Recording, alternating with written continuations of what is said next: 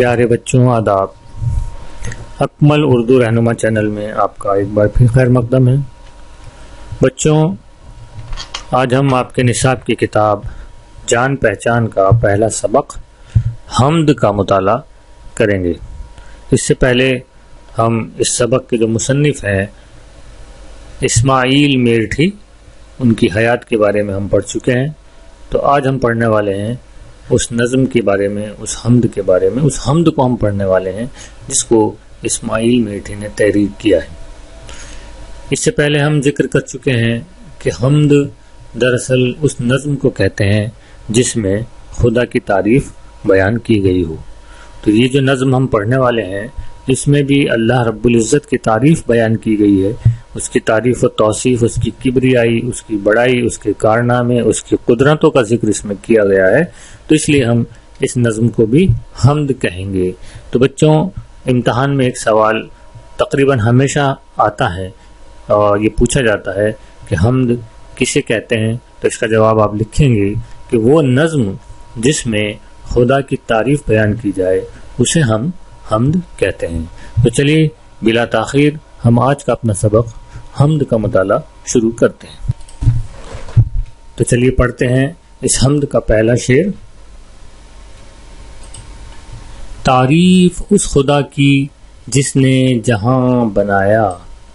آگے پڑھنے سے پہلے اس لفظ کو غور سے دیکھ لیں کہ تعریف میں تے کے بعد عین لگا ہوا ہے، عین لکھا گیا ہے، الف نہیں ہے۔ تو یہ ذہن میں رکھیں بات کو کہ تعریف جو ہے وہ عین سے لکھا جاتا ہے، الف اس میں نہیں آتا۔ تعریف اس خدا کی جس نے جہاں بنایا، کیسی زمین بنائی، کیا آسماں بنایا۔ یعنی سب تعریف اور سب توصیف اور سب عزتیں اس خدا کے لیے ہیں کہ جس نے یہ جہاں بنایا ہے۔ یہ جہاں جو ہے کسی سمت یا ڈائریکشن کے لیے نہیں ہے، بلکہ یہ جہاں کا مطلب ہے دنیا، جہاں یعنی جہان یعنی سنسار۔ تو یہ سب تعریفیں اسی کے لیے ہیں۔ خدا وہی ہے، عبادت کے لائق وہی ہے جس نے یہ جہان بنایا، یہ ساری دنیا بنائی۔ اور جب دنیا کا ذکر ہم کر رہے ہیں تو اس کا مطلب یہ زمین، یہ پہاڑ، یہ پودے، یہ پانی، یہ ندی اور یہ سمندر، یہ سب کچھ کس نے بنائے؟ اس خدا نے بنائے ہیں۔ تو تعریف کے قابل صرف اسی کی ذات ہے۔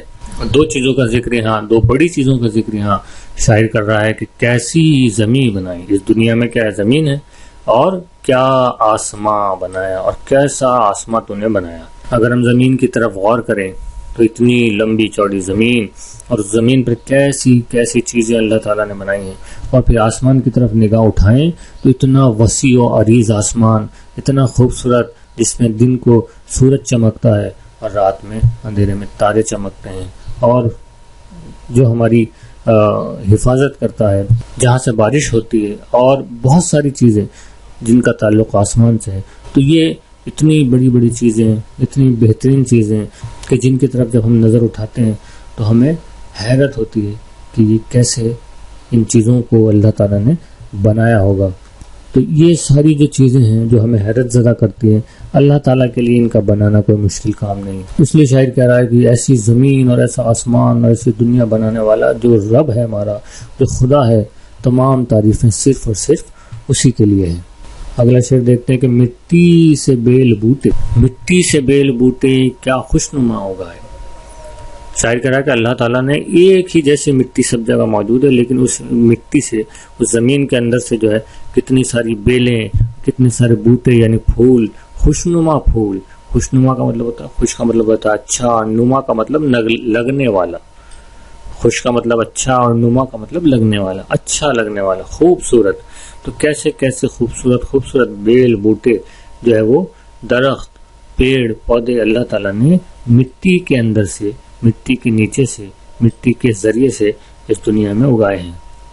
اور پھر کیا کیا؟ پہنا کے سبز خلعت، خلعت کا مطلب ہوتا ہے لباس، جوڑا، ان کو جمع بنایا۔ سبز کا مطلب ہوتا ہے ہرا۔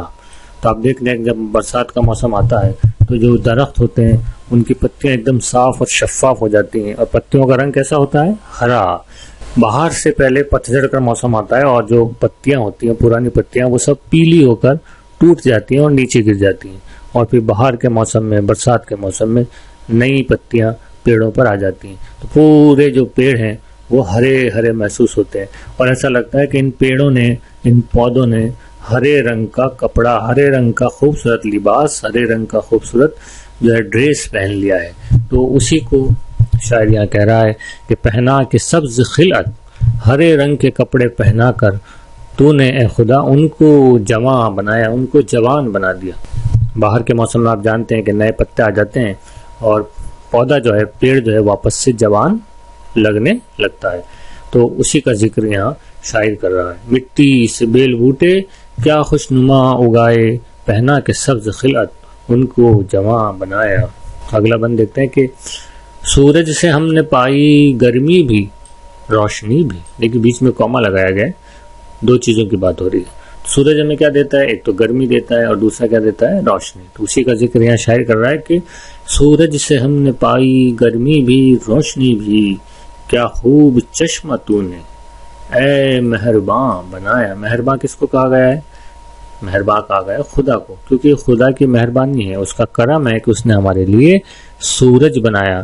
اگر سورج نہیں ہوتا تو زندگی نہیں ہوتی، سورج نہیں ہوتا تو پیڑ پودے نہیں ہوتے، انسان نہیں ہوتے، کیونکہ آپ جانتے ہیں کہ سورج کی گرمی سے ہی پیڑ پودے اپنا کھانا بناتے ہیں، پھل بنتے ہیں، سبزیاں بنتی ہیں جن کو ہم کھاتے ہیں، اور پیڑ پودے ہی جو ہے وہ ہمیں آکسیجن دیتے ہیں۔ تو یہ سب سورج کی غیر موجودگی میں ممکن نہیں تھا۔ سورج نہیں ہوتا تو پھر بارش بھی نہیں ہوتی، کیونکہ سمندروں کا جو پانی ہے سورج کی گرمی سے ہی بھاپ بن کر آسمان میں اڑتا ہے اور گندا پانی صاف ہو جاتا ہے، اور بارش کے روپ میں، بارش کی شکل میں صاف پانی واپس سے اللہ تعالیٰ ہمیں مہیا کرواتا ہے۔ تو سورج نہیں ہوتا تو یہ دنیا اور اس کا دنیا کا وجود ہی ممکن نہیں ہوتا۔ اس لیے سورج کا ذکر کرتے ہوئے شاعر کہہ رہا ہے کہ یہ سب کچھ کس نے بنایا؟ اے خدا تو نے بنایا، اور خدا کیسا ہے؟ مہربان۔ خدا کو کیا کہا گیا ہے؟ مہربان، کیونکہ یہ اس کی مہربانی ہے۔ ایک چیز اور یہاں دیکھیں کہ شاعر نے ایک لفظ استعمال کیا ہے، چشمہ۔ چشمے کا مطلب ہوتا ہے جھرنا، ایک ایسی جگہ جہاں اونچائی سے پانی گرتا ہے نیچے، جس کو ہم ہندی میں جل پرپات بھی کہتے ہیں، جھرنا کہتے ہیں۔ تو یہ جھرنا جو ہے وہ اس کو کہتے ہیں چشمہ۔ تو یہاں شاعر نے سورج کو چشمے سے تشبیہ دی ہے، اپما دی ہے، یعنی سورج کو ایک جھرنے کی طرح بتایا ہے۔ کیوں؟ کیونکہ جیسے جو چشمہ ہوتا ہے، جو جھرنا ہوتا ہے، اس سے لگاتار پانی گرتا رہتا ہے اور اس پانی سے لوگ فائدہ اٹھاتے ہیں، اسی طرح سے جو سورج ہے وہ بھی ہمیں لگاتار گرمی اور روشنی دیتا رہتا ہے، روزانہ نکلتا ہے اور کنٹینیو ہمیں گرمی بھی دیتا ہے، روشنی بھی دیتا ہے، ایک چشمے کی طرح۔ ایسا لگتا ہے کہ جو سورج ہے، جو چشمہ ہے، اس میں سے تو پانی نکلتا ہے اور پانی سب کو پہنچتا ہے، فائدہ پہنچاتا ہے، لیکن جو سورج ہے اس سے گرمی اور روشنی کنٹینیو نکلتی ہے اور اس سے ہمیں فائدہ ملتا ہے۔ اس لیے جو شاعر ہے اس نے سورج کو چشمے سے تشبیہ دی ہے۔ اگلا شعر دیکھتے ہیں۔ یہ پیاری پیاری چڑیاں پھرتی ہیں جو چہکتی، قدرت نے تیری ان کو تسبیح خواں بنایا۔ تسبیح کا مطلب آپ جانتے ہیں، تسبیح ویسے تو آپ نے دیکھی بھی ہوگی، جس کے اندر موتی پرے ہوئے ہوتے ہیں، 100 موتی ہوتے ہیں، اور اس پہ اس کو ہم گما پر اس میں جو ہے اللہ رب العزت کا کی تعریف اور توصیف بیان کرتے ہیں، اس پہ ہم پڑھتے ہیں جیسے سبحان اللہ، الحمدللہ، اللہ اکبر وغیرہ۔ تو وہ فزیکل جو وہ چیز ہے موتیوں والی جو مالا ہے، اس کو بھی تسبیح کہا جاتا ہے، اور تسبیح کے اصلی معنی یہ ہوتا ہے خدا کی تعریف بیان کرنا۔ اور تسبیح خواں کے معنی ہوئے تسبیح بیان کرنے والا، خواں کا مطلب پڑھنے والا ہوتا ہے، خواں یعنی پڑھنے والا، جیسے ہم کہتے ہیں قرآن خواں یعنی قرآن پڑھنے والا، نعت خواں نعت پڑھنے والا، تسبیح خواں یعنی تسبیح پڑھنے والا یا تسبیح کرنے والا۔ شاعر کیا کہہ رہا ہے کہ جو پیاری پیاری جو چڑیے ہیں، آپ نے دیکھا ہوگا کہ صبح کے وقت اور شام کے وقت جو ہے وہ چڑیے جو ہے وہ درختوں پر یا چھتوں کے منڈیروں پر یا اپنے گھونسلوں میں جو ہے وہ آ جاتی ہیں اور چہکتی ہوئی، چہچہاتی ہوئی پھرتی ہیں، چوں چوں چوں چوں کرتی ہوئی پھرتی ہیں۔ تو شاعر کہہ رہا ہے کہ یہ جو چڑیے چوں چوں کر رہی ہیں، یہ دراصل تیری تسبیح کر رہی ہیں، یہ تیری تعریف و توصیف کر رہی ہیں۔ تو یہ چہچہا رہی ہیں، یہ آپس میں باتیں نہیں کر رہی ہیں، بلکہ خدا کی حمد و ثنا یا اس کی تسبیح کر رہی ہیں۔ تو اس کا ذکر کرتے ہوئے شاعر کہہ رہا ہے کہ یہ پیاری پیاری چڑیاں پھرتی ہیں جو چہکتی، قدرت نے تیری ان کو، یعنی تیری ہی یہ قدرت ہے کہ تیری قدرت کی وجہ سے ہی یہ تیری تسبیح کر رہی ہیں، یہ تیری تعریف و توصیف بیان کر رہی ہیں۔ رحمت سے تیری کیا کیا ہیں نعمت میسر، نعمت یعنی ایسی چیزیں جن سے ہمیں فائدہ پہنچتا ہے، وہ سب نعمتیں کہلاتی ہیں۔ جیسے ہمارا جسم ہمارے لیے نعمت ہے، ہمارے ماں باپ ہمارے لیے نعمت ہے، پانی ہمارے لیے نعمت ہے، کھانا ہمارے لیے نعمت ہے، یہ ساری چیزیں جو ہمیں فائدہ پہنچاتی ہیں نعمتیں کہلاتی ہیں۔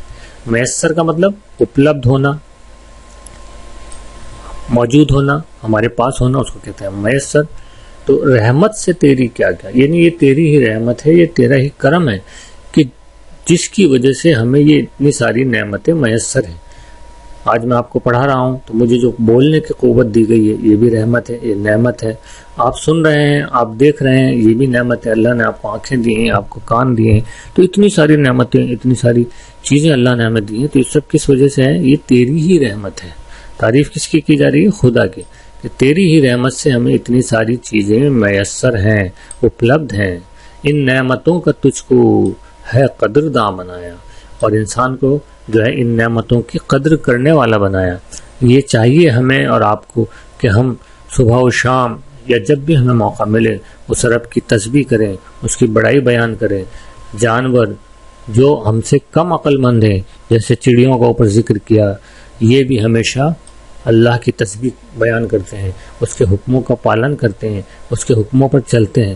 تو انسان تو سمجھدار ہے، تو اس کو بھی چاہیے کہ اس کو اللہ نے جو نعمتیں عطا کی ہیں، آنکھ، ناک، کان، جسم اور اس کے علاوہ جو نعمتیں عطا کی ہیں، وہ اس کی قدر کرے۔ اور قدر کرنے کا مطلب کیا ہوتا ہے؟ ایک تو اللہ کا شکر ادا کرے، اس کی تسبیح کرے، ناشکری نہ کرے، جو کچھ اس کے پاس ہے اس سے دوسروں کی مدد کرے، لوگوں کے کام آئے، بھلائی کے کام کرے۔ یہ دراصل قدر کرنا ہے۔ جو چیزیں اللہ نے آپ کو دی ہیں، جو نعمتیں اللہ نے آپ کو دی ہیں، وہ آپ کے پاس امانت ہے۔ اگر آنکھ اللہ نے آپ کو دی ہے تو یہ اللہ کی امانت ہے۔ اب ہمارے لیے یہ ہمارے اوپر فرض ہے، ہم اس کی قدر کیسے کریں گے؟ ہم اس کی قدر ایسے کریں گے کہ اس آنکھ کا استعمال ہم اسی ڈھنگ سے کریں گے جس ڈھنگ سے کرنے کے لیے ہمیں اللہ نے بتایا ہے۔ اللہ نے کہا کہ بے حیائی اور بے شرمی کی چیزوں کو اس آنکھ سے نہ دیکھو تو ہم نہیں دیکھیں گے۔ اللہ نے بتایا اس آنکھ کے ذریعے سے علم حاصل کرو تو ہم علم حاصل کریں گے۔ تو وہ کام جن کو کرنے سے خدا نے منع کیا ان سے رکیں گے، اور وہ کام جن کو کرنے کا حکم دیا وہ کریں گے۔ تو یہ ہماری جو ہے ان نعمتوں کی قدر جو ہے اس طرح سے ہم کر سکتے ہیں۔ قدر کرنے کا مطلب یہ ہے، ہاتھوں ہم اللہ تعالیٰ نے ہمیں ہاتھ دیے، تو یہ ان ہاتھوں سے ہمیں کون سے کام کرنے چاہیے؟ اگر وہ کام ہم کریں گے تو اس کا مطلب ہم ان ہاتھوں کی قدر کر رہے ہیں، اور اگر ہم وہ کام ان ہاتھوں سے کریں گے جن کو کرنے کے لیے اللہ نے منع کیا تو اس کا مطلب ہم اللہ کی ناشکری کر رہے ہیں یا ہم اس کی ناقدری کر رہے ہیں۔ لیکن یاد رکھیں کہ قیامت کے دن ان سب چیزوں کا حساب کتاب آپ سے لیا جائے گا۔ آپ کی آنکھیں، آپ کے ناک، آپ کے کان، آپ کے ہونٹ، آپ کا منہ، زبان، آپ کے پاس جو پیسہ ہے یا جو دوسری نعمتیں ہیں، ان سب کا استعمال آپ نے کس کام میں کیا؟ اللہ کے بتائے ہوئے حکموں کو پورا کرنے میں کیا، یا اس نے جن کاموں سے رکنے کو کہا تھا اس طرف آپ نے جو ہے اپنے جسم کے اعضاء کو اس راستے پر چلایا؟ تو ان سب کا جو ہے وہ حساب کتاب قیامت کے دن ہوگا۔ تو اس لیے یہ ضروری ہے کہ انسان جو ہے اللہ نے اپنی رحمت سے جو کچھ نعمتیں دی ہیں اس کی قدر کرے۔ آخری بند دیکھیں کہ ہر چیز سے ہے تیری کاریگری ٹپکتی۔ جتنی بھی چیزیں دنیا میں ہیں اگر ہم ان کو غور سے دیکھیں تو اس میں اللہ رب العزت کی کاریگری نظر آئے گی۔ کوئی بھی چیز دیکھ لیں، چھوٹا سا پیڑ دیکھ لیں، اس کا پتا دیکھ لیں، اس کا پھول دیکھ لیں، اس کی جڑ دیکھ لیں، اور اللہ تعالیٰ قرآن میں کہتا ہے کہ انسان اپنی جانب اگر نظر کر لے، اپنے جسم کو دیکھ لے، تو آپ دیکھیں گے کہ چھوٹی سے چھوٹی چیز میں کتنی بہترین کاریگری ہے۔ آپ ناخن کو دیکھ لیں، آپ بال کو دیکھ لیں، آپ انگلیوں کو دیکھ لیں، جسم کا کوئی حصہ بیکار نہیں۔ آپ انگوٹھے کو دیکھ لیں، ہے نا، آپ دل کو دیکھیں، جگر کو دیکھیں، پھیپڑوں کو دیکھیں، آپ اپنے جو ہے ٹانگوں کو دیکھیں، پیٹ کو دیکھیں، کوئی حصہ جسم کا بیکار نہیں ہے، کوئی رائے گا نہیں۔ تو اللہ نے جو چیز بھی بنائی ہے وہ کارآمد ہے، کوئی چیز دنیا میں بیکار نہیں ہے، ہر چیز کا کوئی نہ کوئی رول ہے، کوئی نہ کوئی اس کا کام ہے اللہ تعالیٰ نے جو اس کو عطا کیا ہے. تو اور ہر چیز کو جب آپ غور سے دیکھیں گے تو اللہ تعالیٰ کی کاریگری اس میں نظر آئے گی. تو اسی کا ذکر کرتے ہوئے شاعر کہہ رہا ہے کہ ہر چیز سے ہے تیری کاریگری ٹپکتی، یہ کارخانہ تو نے کب رائے گاں بنایا. کارخانہ یہاں دنیا کو کہا گیا. دیکھیں ایک اور مثال، دنیا کو کارخانے سے مثال دی. جس طرح سے کارخانہ ہوتا ہے، اس کارخانے کا ایک آبجیکٹو ہوتا ہے، ایک ادیشیہ ہوتا ہے کہ کارخانہ کیا کام کرے گا. اگر موبائل بنانے کا کارخانہ ہے تو اس کا آبجیکٹو ہے وہ موبائل بنائے گا، ہے نا. اگر چپس بنانے کا کارخانہ ہے تو اس کا آبجیکٹو ہے وہ چپس بنائے گا. اور کارخانے کی خاص بات کیا ہوتی ہے، ایک تو اس کا آبجیکٹو ہوتا ہے، ایک اس کا موقف اور ایک اس کا ادیشیہ ہوتا ہے، مقصد ہوتا ہے. دوسری چیز کیا ہوتی ہے کہ وہ بہت ہی سسٹمیٹک ہوتا ہے. اگر سسٹمیٹک نہیں ہوگا تو کوئی بھی کارخانہ، کوئی بھی فیکٹری نہیں چلے گی. اس میں سسٹمیٹک مشینیں ہوتی ہیں، لوگ ہوتے ہیں، کام کرنے والے لوگ ہوتے ہیں الگ الگ لیول کے، اور سب اپنا اپنا کام ذمہ داری سے کرتے ہیں. تو اسی طرح سے اللہ نے یہ دنیا جو بنائی ہے، اس دنیا کو بھی شاعر نے کارخانہ کہا ہے، کیونکہ یہاں ہر چیز سسٹمیٹک ہے، سب کی اپنی اپنی ذمہ داریاں ہیں، کوئی چیز بیکار نہیں ہے. مکھی کا اپنا کام ہے، مچھر کا اپنا کام ہے، پیڑ پودوں کا اپنا کام ہے، پانی کا اپنا کام ہے، پہاڑوں کا اپنا کام ہے، بادلوں کا اپنا کام ہے، آسمان کا، زمین کا، ہر چیز کا اپنا اپنا کام ہے.